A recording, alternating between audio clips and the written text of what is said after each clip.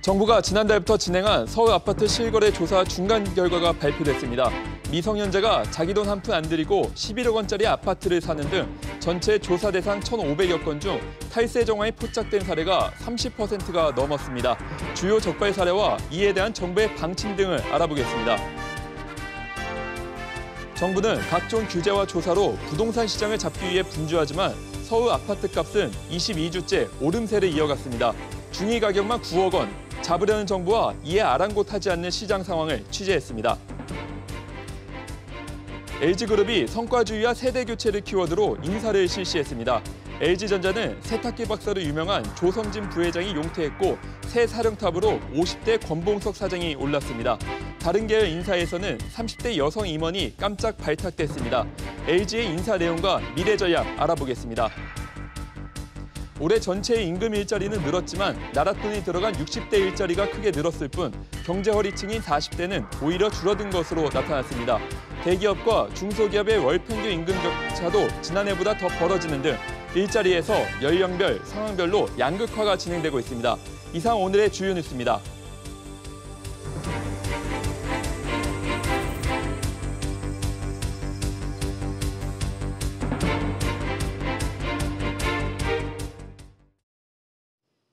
시청자 여러분 안녕하십니까? 뉴스프리즘 시작합니다.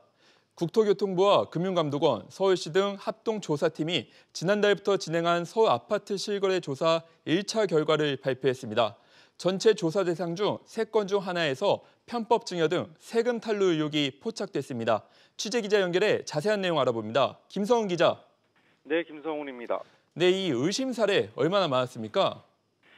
네, 관계기관 합동조사팀이 올해 8월에서 9월 사이 서울에서 신고된 아파트 등 공동주택 거래 2만 8천여 건 중 가족 간 편법 증여 등 의심 정황이 포착된 2,200여 건을 먼저 출연했고 이 가운데 매매 계약을 끝낸 1,536건에 대해 정밀 조사를 벌였는데요.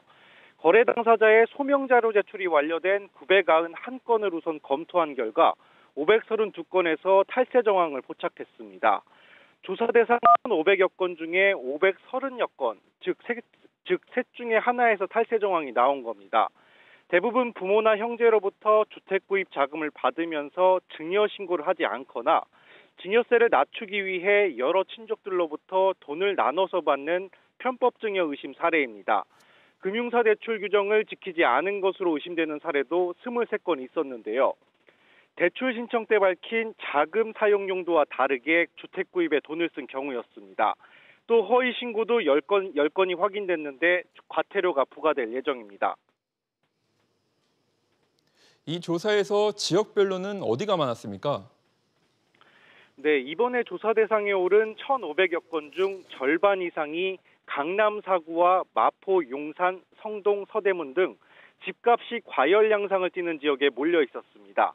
자치구별로 보면 강남구가 178건으로 가장 많았고 송파구가 162건, 서대문구가 132건, 성동구가 86건 포착됐습니다.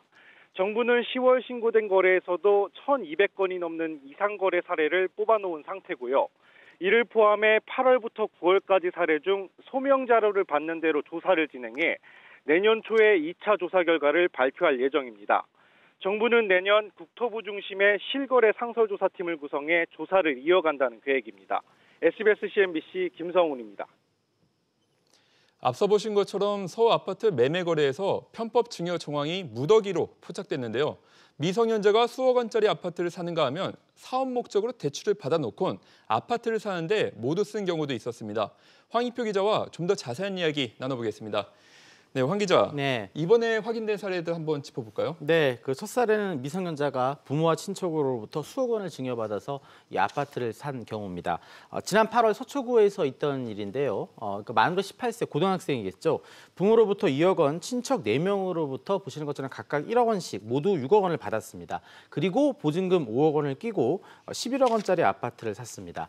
이유가 있습니다. 증여세율의 경우 6억 원을 증여하면 세율이 30%인데 저렇게 1억 원씩 쪼개서 증여하면 10%만 적용받게 됩니다. 이 때문에 이 6억 원이 모두 사실 부모 돈이긴 한데 부모는 실제로 2억 원만 증여를 하고 나머지 4억 원은 친척 명의로 각각 1억 원씩 쪼개서 증여한 것처럼 위장했다는 게 이 국세청의 판단입니다. 이 또 다른 사례는 서울 용산구에 사는 40대 비모 씨인데요. 24억 원의 개인 사업자 대출을 일단 금융사에서 받습니다. 그런데 이 돈을 사업하는 데 한 푼도 쓰지 않고 지난 9월 용산에 있는 42억 원짜리 아파트를 사는데 모두 쓰고 지금 그 집에 살고 있습니다. 사업 용도가 아니라 실거주 목적의 집을 사는데 대출금을 썼기 때문에 대출 용도 외에 이 사용의 사례로 행정안전부와 금융위원회에 통보가 된 상황입니다. 네, 아무래도 위법 사항이 이렇게 포착된 것 같은데 그럼 이런 경우 각각 어떤 처벌이 받게 되나요? 일단 그 미성년자 주택 구입 자금과 관련해서 국세청은 이 탈세 목적의 편법 증여가 있는 것으로 보고 있습니다. 지금 자료를 넘겨받아서 국세청이 조사 중에 있는데요. 만약에 사실로 드러날 경우 관련법에 따라서 원래대로 증여세를 내야 하는 것은 물론이고요. 과징금까지 부과될 수 있습니다.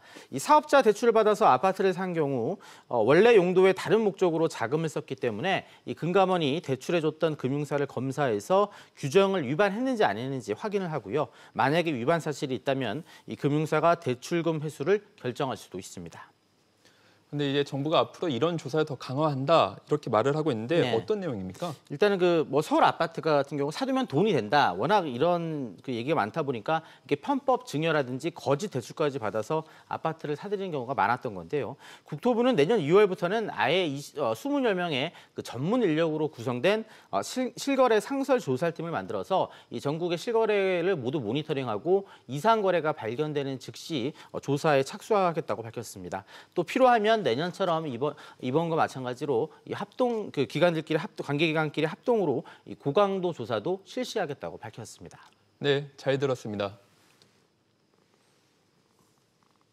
정부의 점검 결과 입찰 무효 판단이 나온 서울 한남 3구역 재개발 조합이 오늘 정기총회를 열고 대책을 논의했습니다. 재입찰로 가느냐 아니면 제한서를 수정해서 밀고 나가느냐를 놓고 의견이 쏟아졌는데요. 취재기자 연결합니다. 엄하은 기자. 네, 엄하은입니다. 네, 오늘 벌어진 총회 분위기 어땠습니까? 네, 오후 2시부터 시작된 총회에는 조합원 500여 명과 취재진이 대거 몰리면서 북새통을 이뤘습니다. 오늘 총회에서는 조합 예산 승인과 정관 변경, 용역 계약 등 모두 11개 안건이 올라와 투표가 진행됐습니다. 관심인 시공사 입찰권은 정식 안건으로 다뤄지진 않았지만 어제 긴급 이사회에서 논의된 재입찰 방안과 위반 사항을 제외한 수정 진행 방안을 놓고 조합원들의 의견 교환이 이어졌는데요. 대다수 조합원들은 사업이 연기되거나 최악의 경우 풀효할 가능성에 대해 걱정하는 모습이었습니다. 한편 오후 5시로 예정돼 있던 입찰 참여 건설사들의 합동 설명회는 취소됐습니다. 그럼 이렇게 관심을 모이고 있는 이 조합 측의 결론 언제 나올까요? 네, 빠르면 다음 달 초, 늦어도 중순쯤에는 결론이 나올 것으로 보입니다. 총회에 참석한 한 조합원은 다음 달에 열리는 대의원 회의에서 결정될 것이라며 말하면서 현재로선 위반 사항을 제외하고 수정하는 방법밖에 없다고 말했는데요. 어제 열린 긴급 이사회에서도 재입찰보다는 수정 제안서를 다시 받는 방향으로 가닥이 잡힌 것으로 알려졌습니다. 일단 조합 이사회는 국토부와 서울시가 지적한 위반 사항을 삭제하면 문제가 없다는 입장인데요. 국토부도 위법 사항이 없는 사업 조건을 다시 제시해 입찰을 진행한다면 그에 따른 시공사 선정은 유효하다고 밝혔습니다. 반면 서울시는 제안서 수정 방안에 대해 부정적인 입장을 유지하고 있습니다. 김성보 서울시 주택기획관은 오늘 기자들과 만나 법 위반 소지가 있는 제안서를 제출한 만큼 이번 기회에 깨끗이 문제를 털고 재입찰하는 게 바람직하다고 재차 강조했습니다.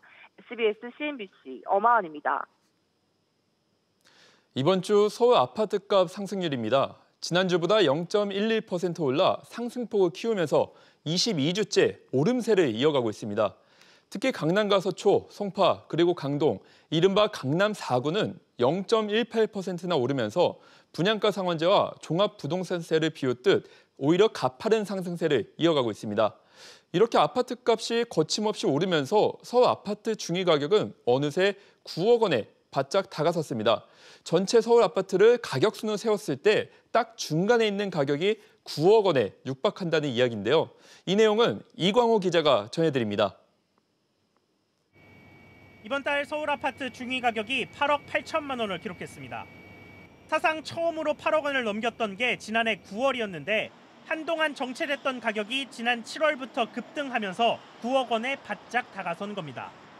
이 기간 동안 강남 11개 구의 중위 가격은 10억 5,300만 원에서 11억 500만 원으로, 강북 14개 구는 5억 6,800만 원에서 6억 2,700만 원으로 올라 모두 앞자리가 바뀌었습니다. 3.3제곱미터당 평균 가격은 강남구가 6천만 원을 넘겨 가장 비쌌고 서초와 용산, 송파 순으로 이어졌습니다. 가장 가격이 낮은 금천구는 강남구와 3배 넘게 차이가 났습니다. 이렇게 아파트값이 오르다 보니 서울의 아파트 시세가치 총합도 가파르게 뛰었습니다. 아파트 한 채를 주식 한 주로 보고 서울의 136만 7천여 가구의 시세 총합을 매긴 건데, 이번 달 서울 아파트값 시총은 1,249조 원에 달했습니다. 문재인 정부가 출범했던 2017년 4월과 비교해 50% 넘게 올랐습니다. 새 아파트가 계속 생기는 만큼 시총이 커지는 건 자연스러운 현상이지만 문제는 증가 속도입니다. 전국 다른 지역과 비교해도 서울 아파트 값은 가파르게 올라 전국 시총에서 서울이 차지하는 비중은 지난 2017년 4월 31.4%에서 이번 달 37.2%로 올랐습니다. SBS CNBC 이광호입니다. LG그룹이 정기 임원 인사를 단행했습니다. 주요 계열사인 LG전자의 수장이 바뀌었는데요. 이번 인사의 내용과 의미 짚어보겠습니다. 취재기자 연결합니다. 오수영 기자. 네, 오수영입니다. 네, 먼저 핵심 계열사인 LG전자의 CEO가 바뀌었네요. 네, 그렇습니다. 조성진 LG전자 부회장이 용퇴하고 그 자리에 권봉석 사장이 선임됐습니다. 조 부회장은 LG의 가전 신화를 써온 경영자로 꼽혀왔습니다. 조 부회장이 물러나면서 구광모 회장 취임 이후인 지난 1년 5개월 동안 부회장 6명 중 5명이 교체됐습니다. 그럼 이외에 계열사별로도 주요 인사 짚어보죠.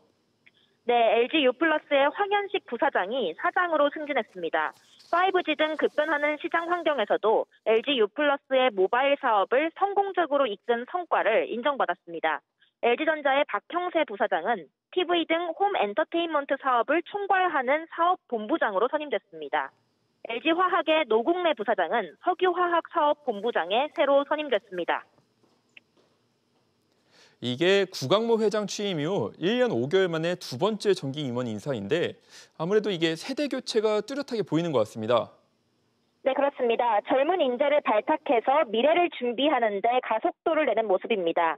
특히 부사장급 임원들이 사업부장으로 대거 발탁된 점은 직급에 연연하지 않는 직책 중심의 세대 교체라는 평가가 나옵니다. 구광모 회장이 강조해온 디지털 전환, 디지털 트랜스포메이션에 걸맞은 실용주의적 인사라는 분석인데요. 지난해 134명에 이어 올해도 106명의 신규 임원을 선임했습니다. 45살 이하의 신규 임원 승진자는 지난해와 같은 21명입니다. 지난 3분기에 또 역대 최대 실적을 경신한 LG생활건강의 경우 30대 여성 임원을 2명 선임하기도 했습니다. SBS CNBC 오수영입니다. 우리나라의 최대 주주 주식 상속 최고 세율이 65%로 경제협력개발기구 OECD 국가 중 제일 높다는 연구 결과가 발표됐습니다. 이 때문에 기업 상속이 어렵다는 지적이 나오고 있는데 자세한 내용 정유영 기자에게 들어보겠습니다. 네, 정 기자, 우리나라 상속세율이 65%다. 이런 연구 결과가 나왔네요. 네, 김용민 연세대 교수가 발표한 이 보고서에 따르면 우리나라의 상속세 면목세율은 50%로 일본 55%에 이어 2위인데요. 하지만 최대 주주 할증을 포함하면 65%로 사실상 OECD 국가 중 최고 세율에 속하는 것으로 나타났습니다.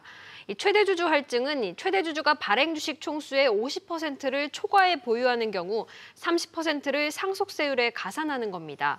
이렇게 계산할 경우 우리나라의 상속세 최고 세율이 65%가 되는 겁니다. 미국, 영국 등 다른 국가는 사안별로 할증, 할인을 하거나 아예 최대 주주에 대한 명시적인 할증 제도가 없습니다. 그럼 이렇게 걷어들인 상속세 규모 어느 정도인가요? 네, 이 보고서에 따르면 2017년 기준으로 이 상속세액은 2조 3천억 원, 증여세액은 4조 4천억 원입니다. 전체 국세 265조 4천억 원 중 두 세액이 차지하는 비중은 2.6%입니다. 참고로 같은 해 소득세액은 75조 원, 법인세액은 67조 원이었습니다. 그럼 이렇게 보면은 상속세율은 높은데 실제 거치는 세액 비중 낮은 거네요. 이런 배경 때문에 재계에서는 상속세를 낮춰달라 이렇게 자꾸 주장하는 건가요? 네, 이 송경식 한국경영대총협회 회장은 지난달 간담회에서 이 기업인의 의욕을 꺾고 있는 고율의 상속세를 대폭 인하해서 선진국 수준으로 조정해야 한다고 의견을 밝히기도 했습니다. 지난 7월 정부가 가업 상속공제와 관련한 세법 개정안을 발표했지만 기업에선 실효성이 없다는 반응입니다. 과도한 상속세와 증여세가 100년 기업을 만들기 어렵다는 말도 나옵니다. 특히 중소기업의 경우 가업 승계 과정에서 가장 큰 애로사항이 무엇인지 묻는 질문에 69.8%가 상속세 등 조세 부담을 꼽기도 했습니다. 네, 정 기자 잘 들었습니다. 올해 2분기 임금근로 일자리가 1년 전보다 46만 개 넘게 늘어난 것으로 집계됐습니다. 일자리가 늘었다니 반갑기는 한데 내용을 보면 꼭 그렇지만도 않습니다. 경제 허리로 불리는 40대 일자리가 줄었는데 이 부분이 걱정스러운 부분입니다. 박규준 기자의 보도입니다. 올 2분기 기준 우리나라 임금근로 총 일자리는 1,868만 개로 1년 전보다 46만 개 넘게 늘었습니다. 이 늘어난 일자리의 절반은 60대 이상에게 돌아갔고 유독 모든 연령대 중 40대만 일자리가 1년 전보다 줄었습니다. 2분기 20대부터 60대 이상까지는 1년 전보다 모두 일자리가 늘었지만 경제 허리층인 30대는 7천 개 찔끔 증가에 그쳤고 40대는 유일하게 2만 6천 개 일자리가 사라졌습니다. 60대 이상이 늘어난 일자리의 절반인 23만 개를 가져간 것과 비교하면 차이가 큽니다. 연령대별 일자리의 전년 동기 대비 증감을 보면 40대가 2만 6천 개 감소하였고 나머지 연령대에서는 모두 증가한 것으로 나타났습니다. 제조업과 건설업 경기가 안 좋았던 게 40대 일자리에 결정적인 타격을 줬습니다. 건설업에서만 상당히 3만 7천 개가 감소를 한 거로 나와가지고요. 40대 분들 일자리 감소하는데 건설업이 좀 기여를 한 건 사실이고 60대 일자리가 대폭 늘어난 건 정부 일자리 사업인 보건사회복지와 공공행정 분야에서 10만 개가량 일자리가 증가한 영향이 컸습니다. 다만 이처럼 나랏돈 풀어 지탱하는 일자리 사업으론 현 고용 상황이 지속적으로 나아질 수 없다는 지적입니다. 재정 자체만 가지고 60대를 지탱하고 있는데 이거를 하기에는 한계가 분명히 있어요. 60대하고 좀 다른 방식으로 30대, 40대들은 좀 접근을 해야 될 것 같아요. 직업훈련이라든지 재취업하고 관련된 부분이라든지 이런 사람에 대한 투자들이 좀 이루어져야 될 것 같아요. 한편 올 2분기 기업체 소멸이나 사업 축소로 사라진 소멸 일자리는 242만 8천 개였는데 이 중 건설업과 제조업이 가장 많은 비중을 차지했습니다. SBS CNBC의 박규준입니다. 이게 문제다. 이렇게만 볼 수 없는 부분이 분명히 있는데 이 상대적 박탈감 문제 때문에 좀 줄어드는 게 좋다. 이렇게 지적받는 부분이 있습니다. 바로 대기업과 그렇지 않은 기업 근로자 사이의 임금 차이인데요. 올해도 지난해와 비교한 자료가 나왔습니다. 정광윤 기자의 보도입니다. 올 들어 3분기까지 SK그룹이 직원들에게 지급한 급여는 1인당 평균 8,700만 원입니다. 같은 기간 300인 미만 업체의 평균 급여인 2,800만 원의 3배에 달했습니다. 지난 9월 기준 대기업과 중소기업 임금 격차는 254만 원으로 지난해 같은 기간보다 24만 원 늘었습니다.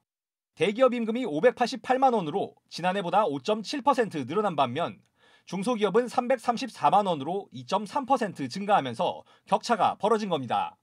자동차 관련 산업 임금 협상 타결금이 작년에는 7, 8월에 지급됐다면 올해는 9월, 10월에 지급됨에 따라서 300인 이상 쪽의 임금 상승률에 더 크게 영향을 줬다고 보입니다. 이런 가운데 지난달 근로자는 33만 9천 명 늘면서 지난해 같은 기간보다 1.9% 증가했습니다. 특히 전체 근로자의 20%를 차지하는 제조업 종사자는 지난해보다 0.4% 늘어난 것으로 파악됐는데 이를 두고 기저효과라는 분석이 나옵니다. 작년에 성장률이 그렇게 좋지 않았고 고용률이 그렇게 좋지 않았기 때문에 상대적으로 올해 는 것처럼 보이는 일시적인 현상일 것 같습니다. 조선업 등 기타 운송장비업 종사자가 넉 달 연속 늘고 있는 가운데 강사법 시행 여파로 시간 강사 채용이 줄면서 교육 서비스업 종사자는 2달째 감소한 것으로 나타났습니다. SBS CNBC 정광윤입니다. 자동차 보험료는 늘 관심사입니다. 이게 줄이거나 피할 수 있는 게 아니기 때문인데 올 들어 2번이나 오른 보험료가 내년에 또 오를 듯합니다. 적자가 커져서 올려야 한다. 이게 보험업계의 주장이고 일견 타당한 부분이 있기는 한데 늘 이런 천수답식 보험료 결정 구조가 계속돼야 하는 것인지 이젠 한번 심각히 고민해 볼 때가 아닌가 싶습니다. 류정훈 기자의 보도입니다. 지난달 삼성화재와 현대해상, KB손해보험, DB손해보험의 자동차 보험 손해율은 97%를 넘어서 100%에 육박했습니다. 보험료 100원을 받아서 고스란히 보험금으로 내주고 있다는 뜻입니다. 자동차 보험의 적정 손해율은 통상 77에서 78%인데 대다수 보험사들은 필수로 손해를 보고 있는 겁니다. 자동차 보험의 위기는 정비요금 상승과 한방추나요법의 건강보험 적용, 노동자 가동연한이 60세에서 65세로 상향하는 등 복합적인 요인이 있습니다. 보험업계는 그중 제한적인 보험료 인상을 가장 큰 요인으로 꼽습니다. 보험사들은 올해 1월 보험료를 3에서 3.5%, 6월엔 1에서 1.6% 인상했으나 최대 10% 이상의 인상 요인을 충족시키기엔 역부족이고 이렇다 보니 경영상 위기를 벗어나지 못하고 있다고 하소연합니다. 심각하죠. 거의 30년 내에 이렇게 높아본 적이 없으니까요. 자동차 사업 자체를 포기해야 될 정도로 어려운 상황이거든요. 이런 상황에서 KB손해보험과 현대해상이 최근 자동차 보험료 인상폭을 결정하기 위해 보험개발원의 보험료율 검증을 의뢰했습니다. 사실상 내년 1월쯤 자동차 보험 가입자부터 보험료 인상이 적용될 것으로 전망되고 있습니다. 그러나 이미 가파른 보험료 인상에 대한 소비자들의 반발이 가장 큰 걸림돌입니다. 올해 보험 가입할 때도 한 차례 좀 올라서 보험료가 조금 인상돼서 좀 부담스러웠는데 내년에 또 한 차례 오른다는 소식을 들으니까 소비자 입장에서 조금 부담스럽죠. 당국도 보험료 인상에 앞서 사업비 절감을 주문하고 있어 보험료 인상폭이 예상보다 크지 않을 것이란 전망도 나오고 있습니다. SBS CNBC 류정훈입니다. 지난 5월 인천에서 발생한 붉은 수돗물 사태로 시민들의 불안감과 불신이 높아졌죠. 정부가 사고 예방을 위해 수돗물 안전관리 종합대책을 발표했습니다. 자세한 내용 취재기자 연결합니다. 장지연 기자, 먼저 노후 수도관 교체 사업을 서둘러서 진행하기로 했다고요? 그렇습니다. 정부가 2028년까지 하기로 했던 1차 노후 수도관 교체 사업을 4년 앞당겨 마무리하겠다고 밝혔습니다. 당장 내년부터 전국 48개 수도관 교체 사업이 시작되는데요. 이 노후상 수도관은 지난 2016년 정부가 전국 수도관 20만 킬로미터를 조사해 선정한 곳들입니다. 당시 조사에서 12,000킬로미터가 노후한 것으로 판단했지만 4분의 1인 3,300킬로미터만 정비하기로 했습니다. 그럼 나머지 노후화된 곳들은 그대로 두는 건가요? 아닙니다. 지난 10월부터 노후 지역 수도관에 대해 추가 정밀 조사가 진행되고 있는데요. 기존의 정비 대상에서 제외된 노후 수도관에 교체가 필요한 곳들을 새롭게 선정해 2022년부터 2차 정비 사업에 들어갑니다. 그런데 지하 수도관만 이것만 바꾼다고 안심할 수 없잖아요. 이 수돗물 상태 확인할 수 있는 대책도 나왔습니까?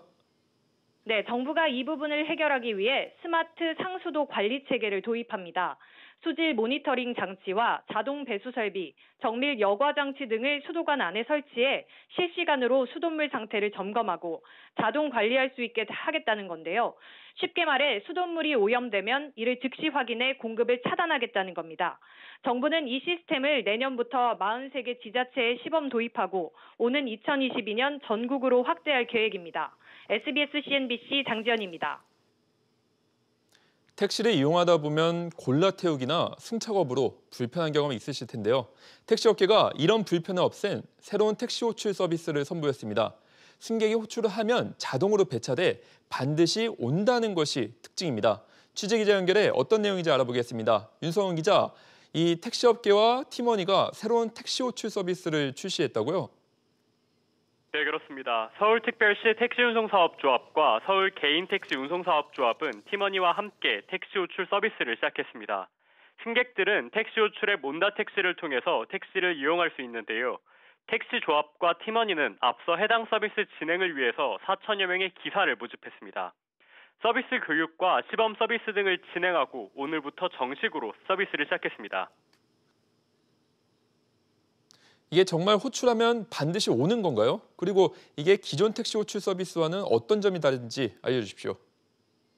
네, 서비스 명칭인 온다처럼 승객이 택시를 호출하면 반드시 온다는 것이 특징입니다. 승객이 택시로 호출할 경우 인공지능 배차 시스템으로 반경 1km 이내에 택시를 자동 배차합니다. 택시기사는 승객이 택시에 탑승한 뒤 목적지를 확인할 수 있는데요. 기존 다른 호출 서비스의 경우 택시기사들이 승객의 목적지를 확인하고 골라 태우는 문제점이 있었습니다. 그런데 온다 서비스는 인공지능 자동 배차 시스템으로 이런 문제점을 해소한 겁니다. 자세한 내용은 티머니 홈페이지와 온다 앱에서 확인할 수 있습니다. SBS CNBC 윤서훈입니다.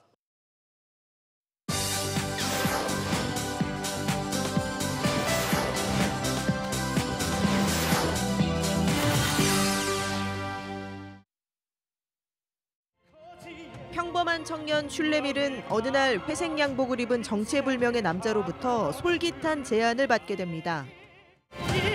주머니 당신의 것 그림자만 지금 내게 넘긴다면 이 그림화는 당신의 것 그림자만 바로 내게 넘긴다면 결국 그림자를 판 대가로 엄청난 부와 명예를 얻게 되지만 그림자가 없다는 사실이 드러나자 사람들의 손가락질을 받다 도시에서 추방됩니다. 독일 작가 아델베르트 폰 샤미소의 소설을 원작으로 한 창작 뮤지컬이 관객과 처음으로 만납니다. 그림자를 판다는 신선한 소재를 통해 영혼까지 팔아넘기는 인간의 탐욕을 비판합니다. 특히 무대를 둘러싼 스크린에 화려한 영상들이 펼쳐지면서 몰입감을 극대화합니다.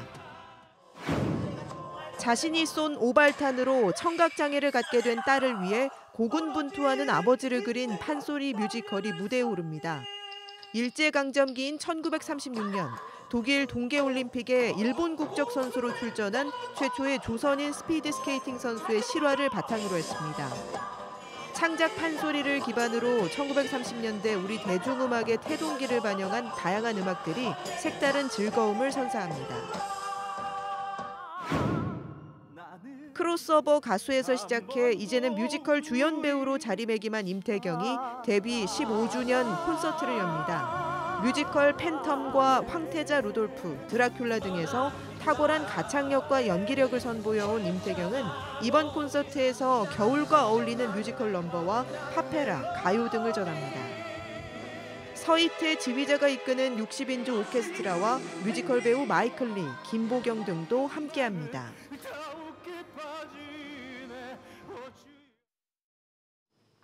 르노 삼성자동차 노조가 올해 임금 협상 결의를 선언하고 파업 수순에 들어갑니다. 노조는 내일 지방노동위원회에 조정 신청을 신청하고 파업권 확보에 나설 계획입니다. 하이트진로가 맥주병 디자인과 관련된 특허 심판에서 승소했습니다. 특허 심판원은 지난 22일 테라 병목 부위 회오리 모양 디자인이 특허 침해에 해당하지 않고 논란의 원인이 된 정모 씨의 해당 특허도 무효라고 판단했습니다. 이로써 하이트진로는 그동안 제기된 테라병 디자인 특허 논란에서 자유로워지게 됐습니다. 금융감독원은 제재심의위원회를 열어 하나은행의 상장지수증권 ETM 불안전 판매에 대해 기관 경고의 중징계를 의결했고 과태료 부과를 금융위원회에 건의키로 했습니다.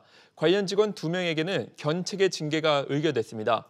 금감원은 하나은행이 지난해 11월부터 하나 ETF 신탁 목표 지정의 양매도 ETN을 판매하면서 적합성 원칙과 설명서 교부 의무 등을 위반했다고 판단했습니다. 오늘 저희가 준비한 소식은 여기까지입니다. 시청해주셔서 감사합니다.